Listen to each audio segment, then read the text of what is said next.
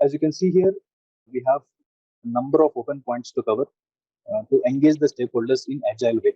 By doing each one of these steps, we as a project manager can improve this engagement levels of the stakeholders that are involved. So all these steps are, I keep repeating this again and again, these are not in addition to the processes that we have learned. These are the way in which the processes have to be done, right? So these are just an explanation of the same processes in a just different way. So I hope you get that message. So let's learn each of these points and understand what PMI wants us to learn, or how PMI wants us to handle the projects in agile way. The first thing is educating the stakeholders. So what we get to learn here is, first thing, we have to ensure that team has enough knowledge. If there is a lack of motivation within the team, then the project manager's duty is that the motivation has to be improved. The risk of falling back, that means the project development team, whenever they face any problem, they tend to go back to the traditional way, right? So that is called the risk of falling back. So how the project manager can stop it, how the project manager can improve the awareness of the agile methodology, and how we can boost the performance of the team. And lastly, how we will, or when we say we, it is the project manager, how the project manager engages the team a lot. Right? So these points we will learn. So the agile or the scrum method, no, it's a comparatively new concept. So most people, they do not have enough knowledge about this process actually. So all these things that we learned yesterday, the sprints, the daily meetings, for example, working in the task-based environment, all of these activities, they might look too heavy and restrictive. So if you are from a manufacturing background, these task-based activities, they are actually not so fire friendly. In manufacturing sector, what usually happens is there is always a fire somewhere, and every stakeholder works on putting that fire off. When I say fire, there is a burning issue or a burning problem everywhere, and everybody is running here and there. Let us solve this problem. Let us solve that problem. So there is an issue there. We have to solve that. We have a production loss. We have to increase our production. These things keep on running over and over, and everybody is busy doing something. Now, if you go to such a team and then tell you have to do only this 10 number of tasks for next 2 weeks to come, it's very difficult for them to digest it. So there might be some people or some resistance thinking that this agile process is too restrictive, right? So, and they may think that in addition to the processes that I already have, in addition to all this firefighting, or in addition to all this ad hoc tasks that I have, you are giving me additional tasks, right? So people might think like this. So we have to, when I say we, it's the project manager. The project manager has to educate them that they are actually trying to streamline their processes. They are actually trying to move the stakeholders from firefighting to a very organized way of working, right? So the agile way of working is going to stop this firefighting one day, right? So it cannot happen on the same day that we start thinking, well, okay, from tomorrow I'll start the agile way. Right? The things doesn't happen like this. So what happens is the stakeholders from the development, let's take an example, they are not so motivated to follow this agile way. For example, take the case of a product owner. What should a product owner do? He should first list down all the product backlogs, and then from the product backlogs, each backlog, he has to create a project backlog. From this list of backlogs from the project, he has to prioritize the tasks, right? So it's a heavy job, it's a time taking job. And if the product owner is quite busy with the same project but doing some other activity and not doing this prioritization, then the things that should happen in the sprint, they will never happen. So that's just an example, but all the activities, for example, the scrum master, if he doesn't organize the daily meetings, if he doesn't organize the sprint review meetings or retrospective meetings, the sprint will never happen. So all this is happening because there is a lack of knowledge within the team. So if this continues for a longer time, what happens is that people lose the motivation to work, right? After a certain time, they will just think, okay, the agile method was just another type of new approach which the organization has tried. The things are not working out. So let us also not spend much energy in attending these daily meetings or giving regular updates or creating the lessons learned. all this seems too much for them. So they will lose the motivation. So that's talking about this lack of motivation here. So if this motivation also gets, lack of motivation also keeps on continuing, what happens is that the people will start going back to the traditional way of working. They will automatically go towards the waterfall methodology, where they are totally against the change. The planning will be done for next 2 3 years to come, right? So there will not be any frequent reviews or updates, or continuous feedback mechanism will not be there. So that is this risk of falling back. So the people will tend to go back to the traditional way. So as a project manager, we have to stop this by educating the stakeholders. So the Scrum Master, or we as the project manager, have to use certain methodologies or awarenesses to avoid this risk of falling back. And we are all telling that, okay, we should do it, we should do it, we should create the awareness, we should stop the risk of falling back. But how to actually do it? How to, in reality, how to actually bring the people to come forward to go to this agile way? So there are some benefit, or some of the steps that any project manager could follow. First thing is that we have to show them the benefits of agile management. What are these? The agile processes actually, they target to reduce the overheads, the ad hoc task, whatever we told, the firefighting that happens after 1 or 2 sprints. You have to make sure, when I say you as a scrum master or the project manager, you have to make sure that the ad hoc tasks are slowly coming down, and the streamlined, regular tasks are building up. So if you convince the team that, see, your backlog tasks are slowly reducing, your ad hoc tasks are slowly reducing, the firefighting has reduced slowly, that means all these trivial things that we are that the team is doing, they are not going to disturb your sprints to come. So it goes to and fro. If you are doing the agile way, the ad hoc tasks will not be there. If you are doing ad hoc tasks, the sprint will not be there. So this, you have to convince them by actually showing them the results. So, and secondly, the project manager should never lose track of an open issue. As the sprint goes, there will be so many open issues, right? So everything that comes up to our table, as the work, it gets converted to a task, and then it straight away goes to the list of backlogs, right? If you don't list this open item in the backlogs, that means it is an ad hoc. So every problem that the stakeholder or the development team is facing, you should encourage the people to list it as a backlog. Then what happens is that they will actually start seeing things more clearly, right? Okay, this is the same backlog that my project manager or the scrum master is talking about. So if I finish the same ad hoc tasks for this sprint as a priority task, then I don't have to redo it again, right? So that kind of confidence the project manager has to give to the stakeholders. And then the project manager has to show them the weekly progress of the project. What happens is, if they are doing this ad hoc tasks or the firefighting every day, the things, like, they run every day but they move nowhere. So but the agile way is not like that, because in every sprint we have progressive steps or the progressive feedbacks. Even the prioritization is done that way. What happens is the project keeps moving forward in that rhythm, right? So every 2 weeks some certain number of tasks are completed.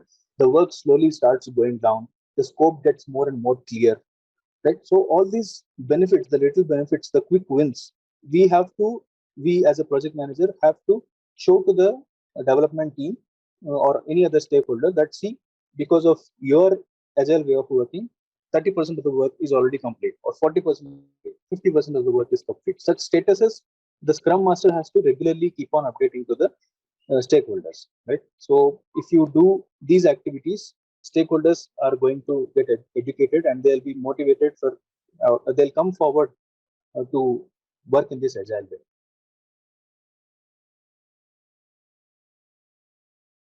Moving on, Agile Charter. So here also some key points are there. I'll not read them out, but I'll try to explain each one of them. So similar to the project charter, the Agile Charter is also created, right? So this is not an addition to the project charter. So there are no two charters here. It is either the project charter in a traditional way or an agile charter in the agile way. So it all depends on the organization. If the organization is still following the waterfall methodology or just the traditional way of working, they don't do this agile charter. So the project charter is just a name, or agile charter is just a name. Don't get confused. The content within the charter is still the same. So what is the little change that we can see is the authorization to work in the agile way. Right. So in the traditional project charter, there is no specification that you have to work in the agile way or not. It's just a project charter. But in the agile charter, you define all these roles and responsibilities. How do we differentiate agile charter with the project charter is that there will be a scrum identified, there will be a product owner identified, there will be a development team identified. So that is this next step, who is who. There will be clear identification of roles and responsibilities within this project charter. So this is just a letter of authorization that you are allowed to start the agile way from a particular kickoff date. So the roles here, as I mentioned, they are not identified in depth. Okay, so they are vaguely identified, or they are just identified at a very broad level as per the company's hierarchy. Who can be the product owner? A new joinee who just joined the company last month, he cannot be the product owner.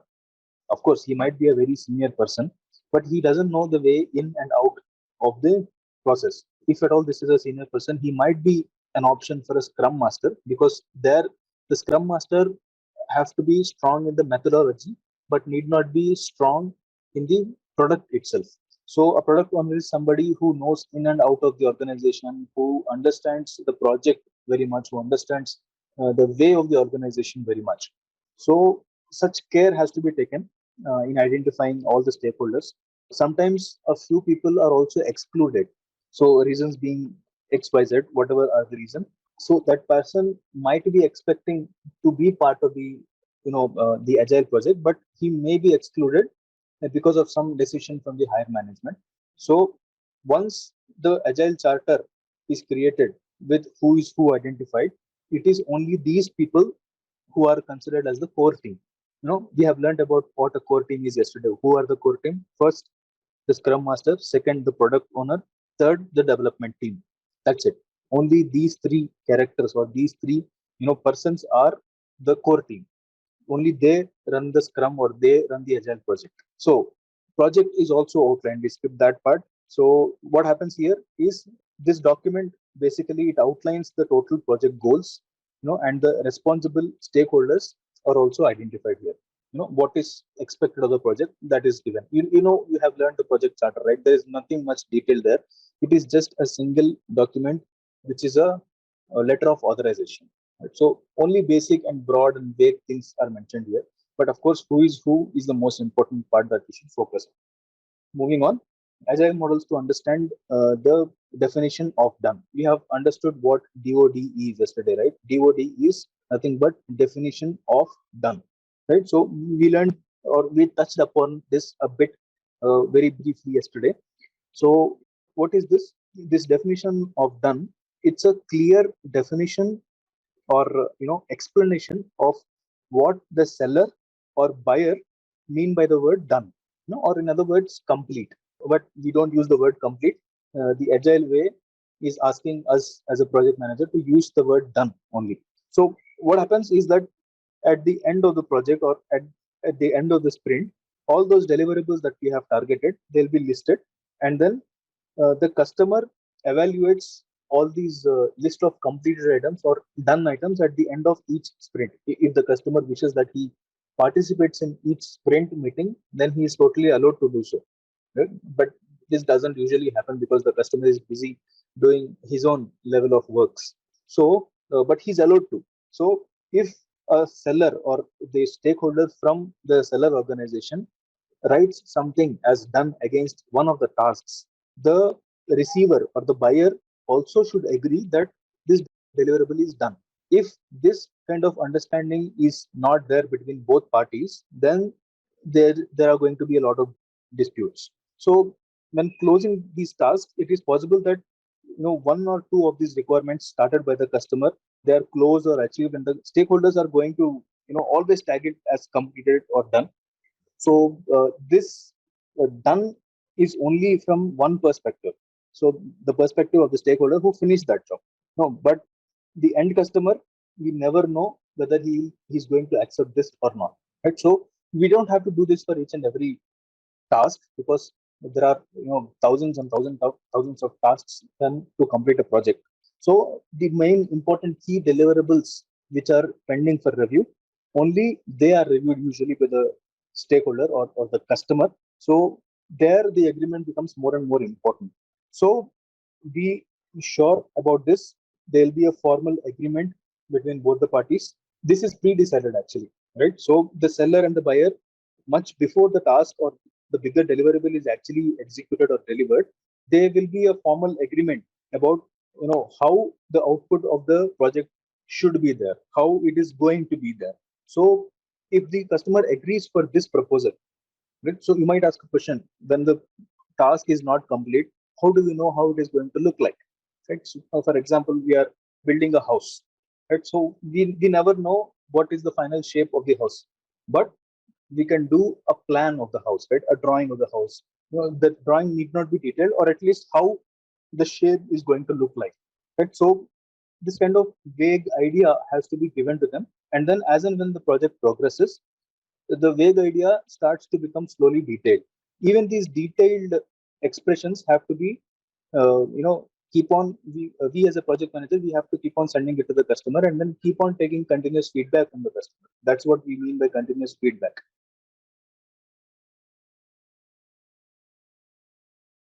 So if in case the customer or the buyer doesn't agree for this, there will be a rephrasing of the deliverables done. Because when the customer has stated the deliverables, he might be thinking something in the mind, but when he says something, he might tell something else, something totally different. And we as a listener, we might understand only 50% of what he's telling. And when we record it in our project deliverables, we might record something else altogether. So in this path of communication flow, so many things keeps on changing, and the person who actually does the job is again totally another guy. So there is a total loss of connect between what is expected and what is delivered. So there is going to be a difference between both. So to avoid this huge gap of communication, this DOD plays a very, very, very major role, right? So even in the textbook, DOD is given a lot of importance, right? So as you can see, all these are key terms that we get to see in the examinations. So just keep them in the back of your mind. You don't have to learn these definitions by heart, but I think by now you understood what these DOD agreements are. So in from seller's point of view and buyer's point of view, what is the difference between the understanding level of the deliverable, and then the shared vision, right? What I think or what I see, even you should see the same. That's the shared vision. So the project manager's duty it is that he has to share this sense of shared vision. So to understand this, there could be so many tools and techniques that can be used, right? So the visual models is just one of them. I talked about giving a rough drawing. So that is one of the models to enhance this shared vision. So there are other visual models also. Like for example, there is a use case diagram. You might have heard the term use case before. For those who has not heard this term before, use case is nothing but a basic representation of about how the user is going to look at the deliverable, how he is going to use the end product. So for example, take an example of YouTube, right? YouTube has a lot of videos. So we usually go to YouTube to watch the videos, but there are also some content makers who go to the YouTube to create the video. So as a user who watches the video, for me, the website looks totally different in my point of view. It only thinks in a way that what video I should seek, for entertainment or education purposes, for whatever purposes he's looking at YouTube, his way of thinking, the user's way of thinking is going to be, to grasp the knowledge from the videos. So he will look only towards the search button. He will understand only the search criteria, what suggestions the videos, what suggestions the website is giving for me to watch. These are my important points as a user who logged in to watch the videos. But for a person who has logged into this same website to create the content, he will look for the video content creating button. Where is that plus button which allows me to create that video, right? So the same website, but the point of view is totally changed. So this same explanation that I did today, it is given in a pictorial way. It's a very simple, vague pictorial way. Here is a user who wants to seek the videos. So for him, what is important is how he has to log in. So registration is important for him. So after he registers, he has to enter his credentials. Every time he log in, he has to enter his username, password. This is about any generic website, for example Facebook. So another thing could be, I want to search some content, search some document, or search some video. And then finally, what are the suggestions that I have? Even without searching, what suggestions do I have? Right? These are the interfaces in the use case of a video seeker. Right? This is nothing but the use case or user case interface. If we talk about multiple users for the same interface, the interface is going to be the same, but a new user is going to be added again. Who is he? Like, for example, the developer, or the admin of this same website, right? So what does he look at the same screen? He will look for a development tool, right? He will look for the maintenance of this screen. He will look for the UI, UX, user interface, and all that stuff. So I hope you get the idea. This is a simple representation of how a use case is going to look like. Green zone and red zone. Basically, green zone people are the happy ones, right? So they are the people who are happy with the agile processes. They may not be happy in life, right? Jokes apart, everybody should be happy, but the green zone people are the ones who are actually adhering to all these agile practices, who are always motivated, who are happy to work in the agile way. So the project manager has to categorize or profile each and every stakeholder, understanding that, okay, this set of people, or out of the 7-8 people I have in the scrum, 4 people are in the green zone, and out of the 9, 5 people are in the red zone.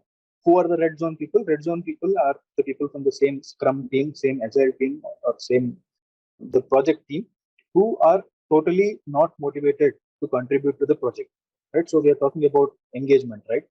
So the people who are in red zone are our main targets to boost the engagement.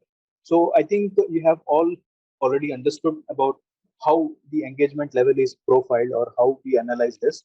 If we go back a little in the engagement lesson, we have identified a list of stakeholders, and then we have identified in different sections what is his current stage and what is the desired stage, right? So for every current stage and the desired state, there is a gap, and we as a project manager, we have to bridge to bring a person who is in the current state to a desired state, right? So that is what used to happen, and the same thing happens also here. But who is in the current state is the red zone guy, right? So the red zone people have to now go to the green zone people, of course, with the addition of all the steps that we have learned so far, and we are going to learn from here. So, and secondly, the most important thing is you have to protect the green zone people also, right? As I told in the example, 4 people out of 9 are green zone, and 5 people, the rest people are in the red zone. So the people who are in the green zone also have risk of going towards the red zone. So it is the project manager's duty also to stop this transition from green zone to red zone. So we have to encourage people from red to come to green, and similarly, we have to stop this transition of green people turning red. So if we focus more on the agile way of working, what red zone actually is defined is like, red zone people, of course I mentioned here that they are not motivated and unhappy, but these are not just the 2 attributes that the red zone people has. So if we read it out from the textbook, the red zone people blame others for everything. They respond quite defensively every time. They feel threatened. Red zone people, they always trigger the defensiveness. They don't focus on the long-term advantage. They just focus on the short-term advantage. They don't listen quite effectively. They always communicate, high level of in disapproval mode. And so all these things are attributes for the red zone people. Similarly, for the green zone people, who are these are the people who take the responsibility. They come forward to take the responsibility. They don't defend when a new task is assigned to them. They are always thinking about long term goals and short term goals both. They always welcome feedback. They listen to everybody. Always they are good listeners. They use persuasion rather than force to get things done. So these are the few attributes that you should keep it in the back of your mind when we say green zone people or red zone people. These are just profiling that the stakeholder or the scrum master is doing to boost the stakeholder engagement.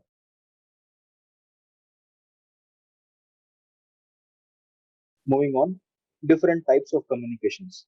To make the conversation more fruitful between the stakeholders, the project manager, what he has to do is that he must understand what different types of communications are available.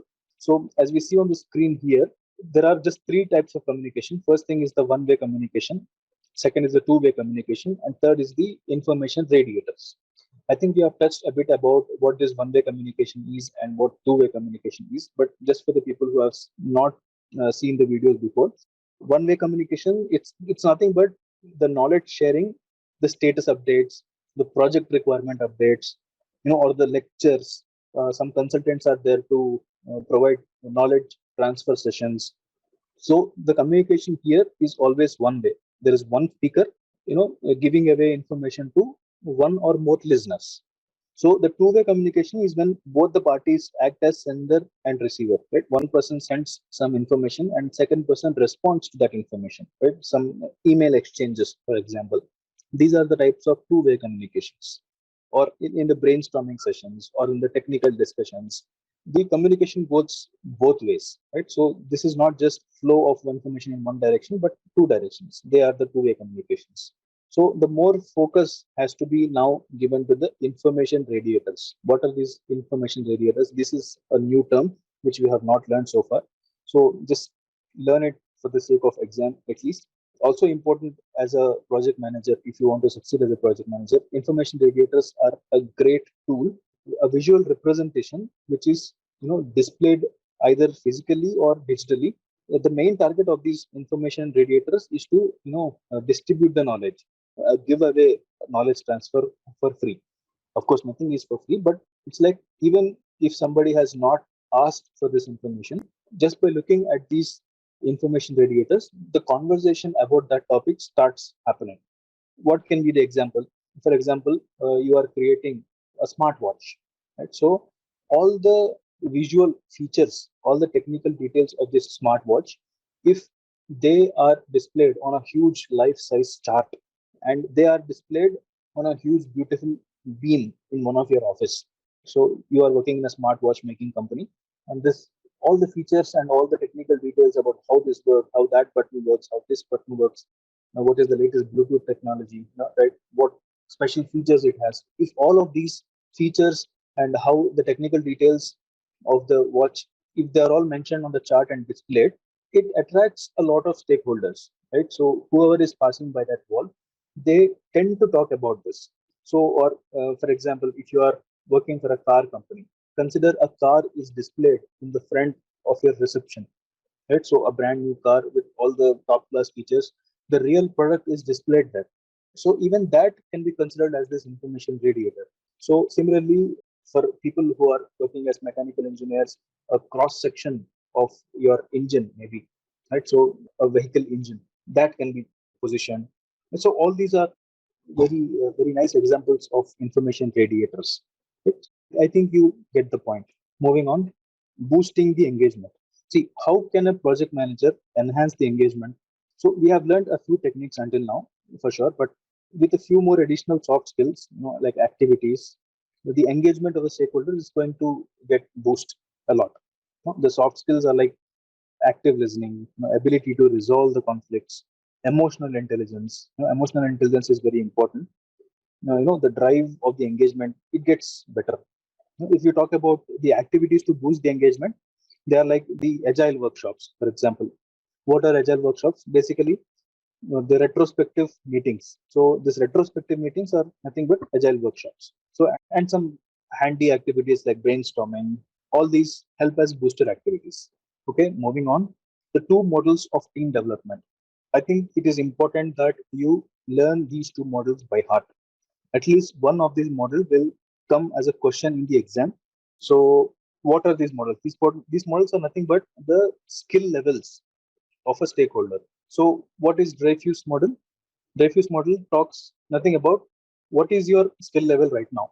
If I use the pen, if a person is a novice, like he's a very beginner, he doesn't understand anything, he just came to learn that new skill, he is called the novice. So the engagement level of the stakeholder, or the skill level of that stakeholder, is currently novice. What is the next best level? He is a advanced beginner. Now he understands the things, so he's no more a beginner. And then he becomes competent. Next stage of skill level is he is competent, right? So he is trying to compete with his knowledge with his fellow stakeholders. He is the competent guy. He is already aware of all the things that are happening. Now he's competent enough to do his job. And then comes the next level, that is proficient, right? So he's aware of all the knowledge, he's aware of the way of the organization, he's understanding the history of the product, how it has, how the feature is seen there. And finally, the expert.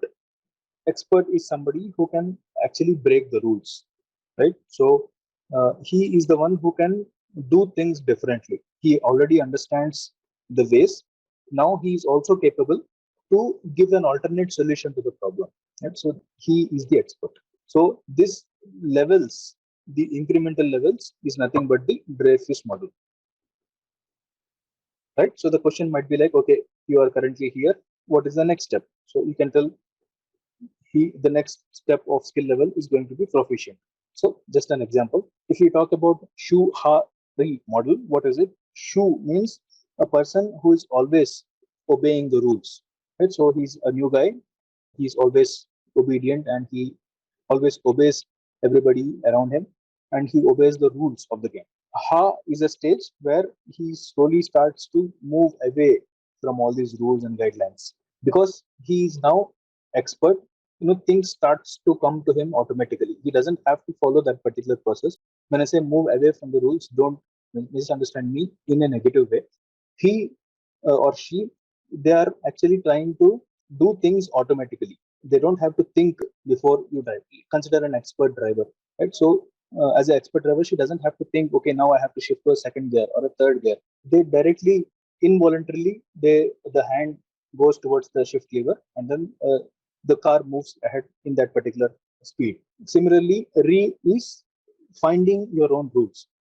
Remember, we talked about Dreyfus model, and he's an expert. So Re can also be a similar explanation of the same. All right, I think with that said, we are closing this topic. I know this was a long topic, but it was important because we have to set the agile way of understanding. So I think you have learned something new here.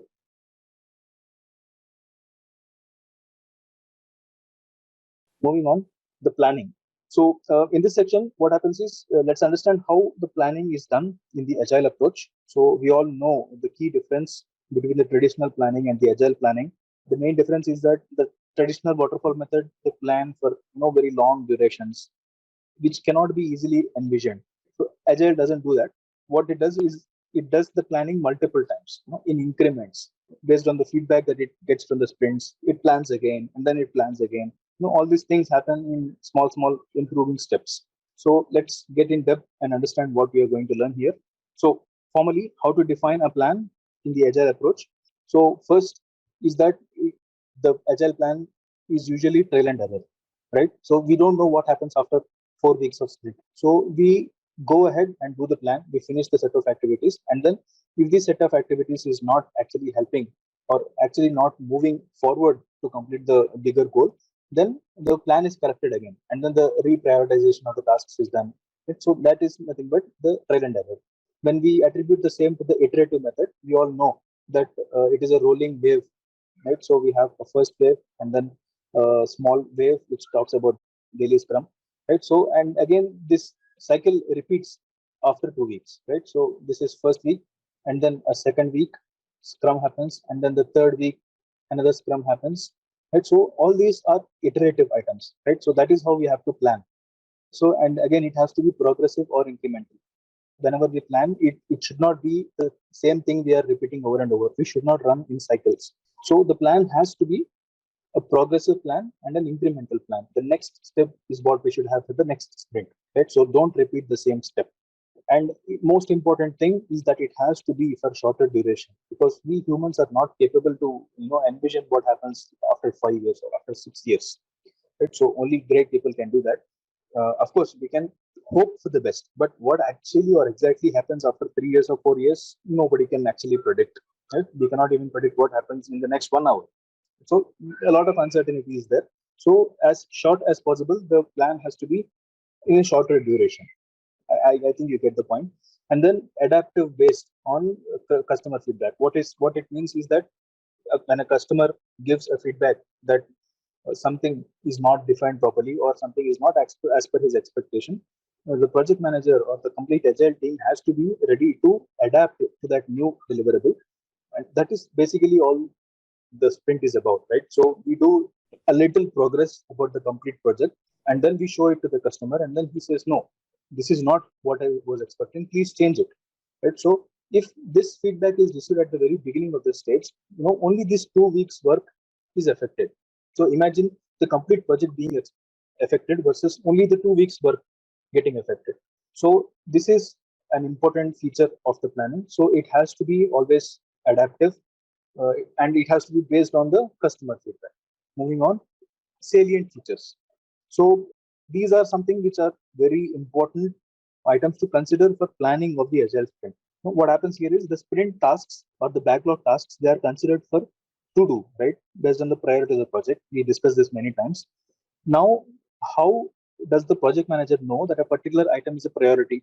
So only when she or he can relate these tasks to the final end results, or the so-called salient features. So these are nothing but the broken down values that were given to the organization as targets. So it is important that the features of the end product, they are displayed to the customer, so that the customer gets a fair idea about what he is going to get at the end of a hustle. So sometimes the customer might reject the final result of the project because of his expectations were something else. So during the planning itself, if we envision the values of the product that and what they are going to offer, if we share it with the customer, much in advance, much ahead, the expectations will be set between both the parties. So that's what this is all about. I think we discussed this in the DOD. So now how, and what to put in the plan, right? So let's understand this a bit. The agile estimation theory, right? So estimation of work. So what does it talk about? This is nothing but we have to define who should estimate the work, right? So is it the product owner? Is it the project sponsor? Is it the customer? Who should actually estimate the total amount of work? That is the estimation plan. That is one of the component of this estimate. And what methods are there to help with the estimation? Are we working in incremental method or are we working in iterative method? Remember, these both are agile methods, right? So what is the rationale behind this estimate? We have given the work estimate that okay, these are the tasks that we have to do and why we have to do it. So the rationale behind the estimates have to be mentioned.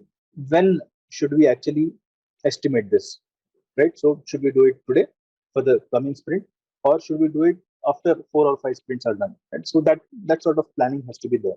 So when we talk about time limit, we need to define the time limit in a sectors or sections only. We discussed that the sprint is going to last from 2 to 4 weeks, right? 4 weeks is the maximum we can do.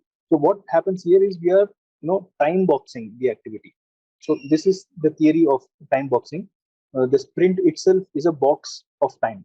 So everything that has to happen should happen only within these 2 weeks of time or 4 weeks of time, right? So everything beyond that or everything before that, it doesn't matter for the people who are in that sprint run. So what happens here is that it's a tendency, it's a human tendency. Even the Agile book talks about this, that if you are given 2 weeks to do a simple task, you are most probable to do it at the end of 2 weeks only. Even though this work can be done in just one day, if somebody tells you that, okay, this work has to be done in 10 days, you as a stakeholder will tend to do it on the 10th day only, even if it is a 1 day work, right? So you won't do it today and then wait for the 9 days. So it's very rare to happen because we have other priorities all the time, right? So nobody is free, at least not in the organizations. So the main thing here is that if you define that time, if you block that particular time, your mind automatically sets itself that, okay, I have to complete this activity, right? So it also happens in the opposite way. Consider a work can be done in 16 days, and then you have given only 2 weeks of time. So your mind automatically starts to calculate itself. You might force yourself to work extra hours, and then you will automatically force yourself to finish the work in 14 days only. Or for example, the 14 all 14 days are not there. 2 weeks means 10 working days. So I think you get the point. So the people who tend to work a little longer, they work shorter, and then people who work very quick, they tend to work in a bit of leisure, right? So, but everything will be done within this time boxed frame only, right? So that's an advantage. All right, moving on. You have to tell a story, right? So I think this point also we have discussed before.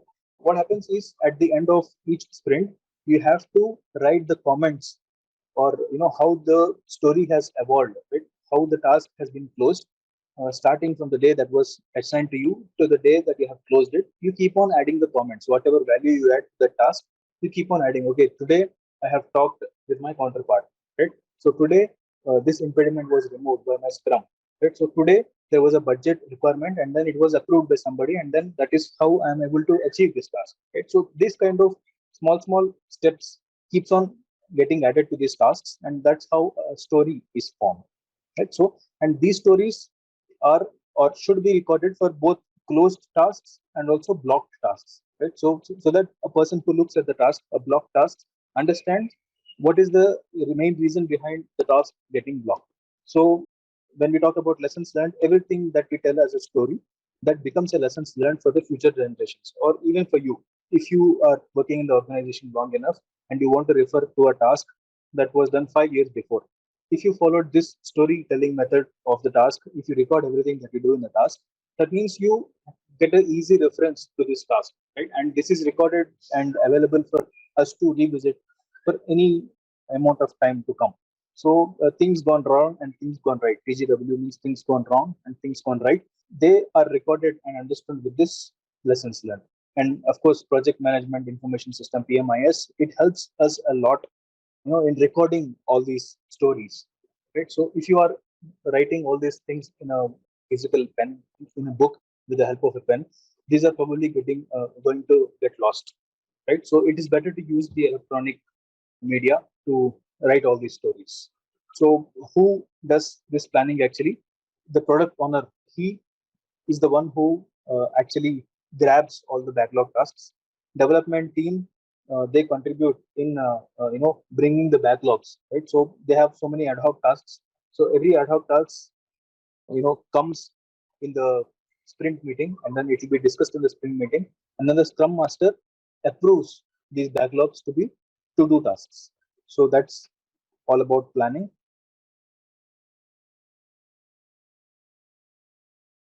Let's quickly move on and see what we have in the problem solving. So, what is problem solving? As a project manager, we have to solve a lot of problems, direct problems or indirect problems, and problems come every day.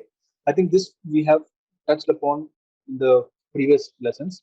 So, I quickly try to hurry it up. So, the direct problems. What are these direct problems? The problems that you as a project manager has direct influence over. So, the direct impediments. Consider, when a development team comes to you in one of the sprints saying that, hey, scrum master, I have an impediment in one of the tasks, please help me remove it.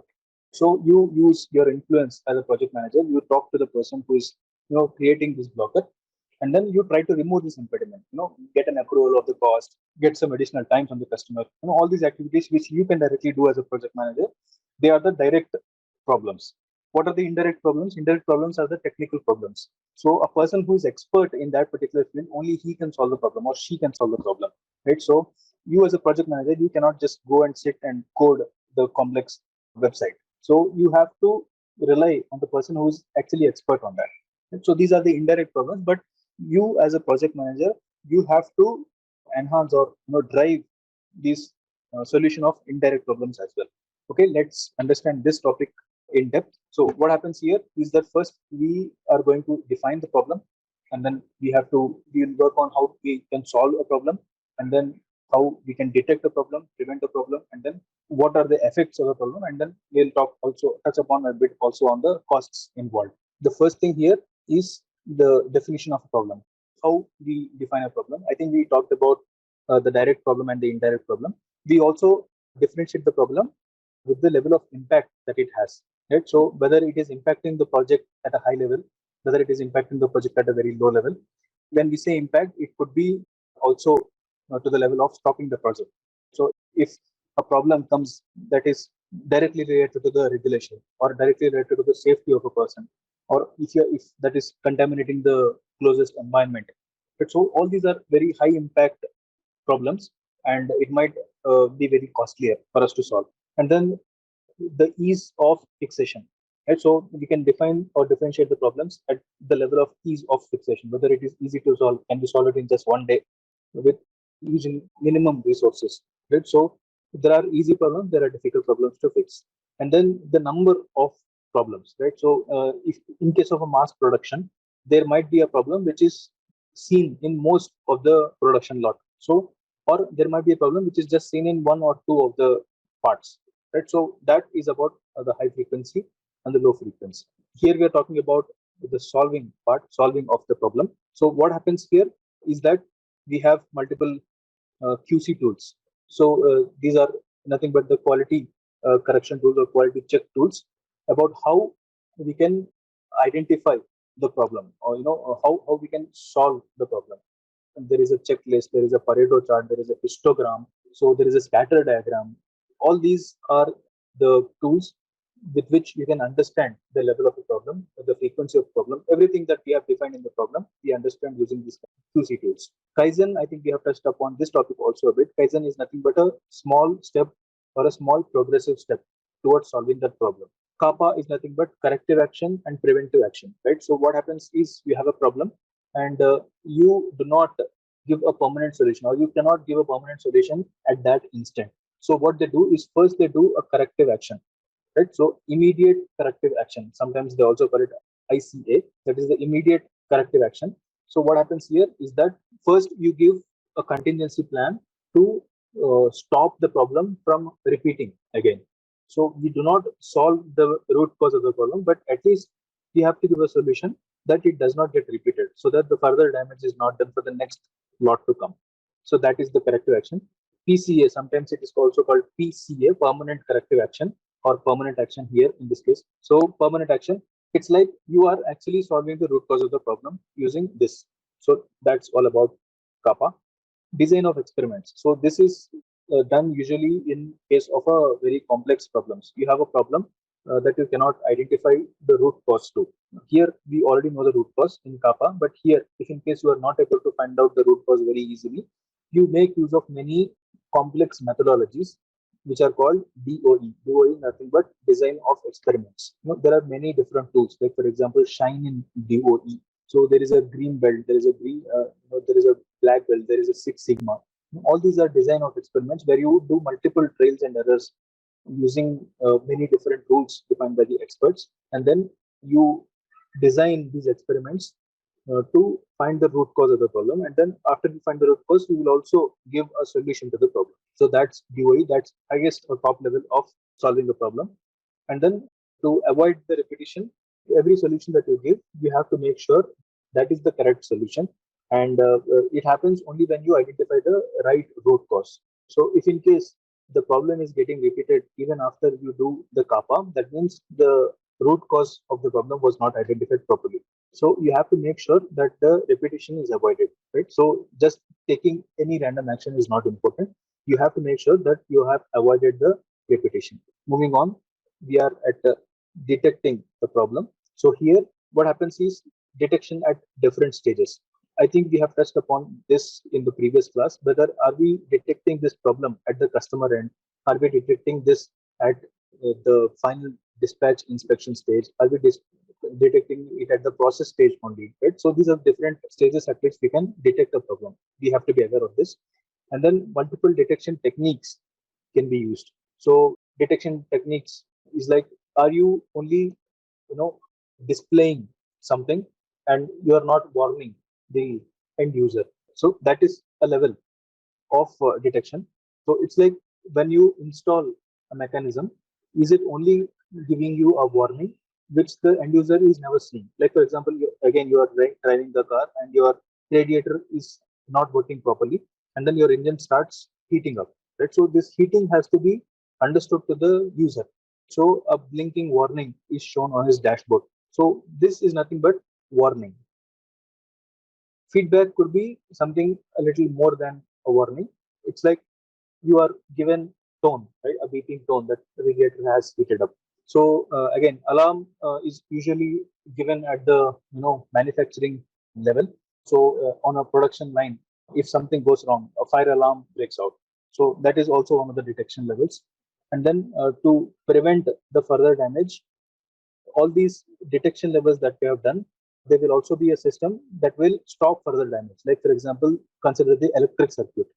If something goes wrong, first thing is that it shows that something is wrong by tripping the main, right? So the main trips whenever there is a short circuit. So this is to stop the further damage. So this kind of feedback mechanism, it stops or prevents the further damage. So next thing is prevention, preventing the problem. So at the time of quality check, if you are preventing a problem, that is one level. And then if you are preventing the problem at the process stage by using some POK-IOK methods, that is one problem, one level of prevention. And then the best level of protection prevention is the prevention at the design level itself. Right? So in the design itself, you design the product so strongly that the problem is never going to occur. Right? So these are the three levels in which you can prevent the problem. So, and next step is the effect analysis. So what is this? It's like the problem when it arrived, what is it going to affect? Is it going to, this is nothing but the impact. I think we have learned that in the defining the problem, the impact, the level of impact.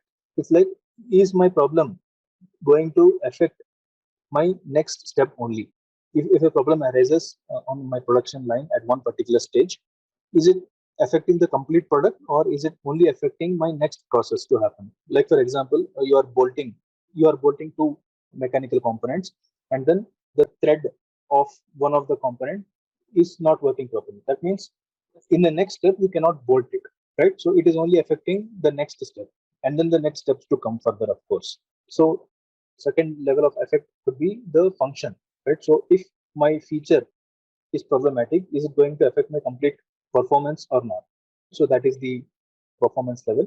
And last thing is, or the worst thing is, that whether it is affecting the safety of my customer or whether it is violating any regulation. So that's about different effects. Cost, I think I have shown it in the very first slide. Cost, the cost of problem solving. See, I think this step was also discussed in our previous classes. It's about when a problem is occurring, the organization goes forward, and then the problem or the root cause is agreed that it happened because of the organization. They will either bear the repair costs or they will bear the replacement costs. So, and then in addition to these costs, the cost spent to identify the root cause, the cost spent to implement the corrective action for this root cause, and then the cost spent to installing all this detection and the prevention methods. All this is a cost of quality. This cost of quality, this cost of solving the problem is much, much cheaper than the cost of poor quality. Right? So we discussed about the safety regulations. If in case some safety issue happens, like when you're constructing a bridge, if the bridge is not built safe enough, and if a number of lives are lost because of this, that cost is much worse than the cost of repairing that bridge. So we have to understand and be aware of the costs always.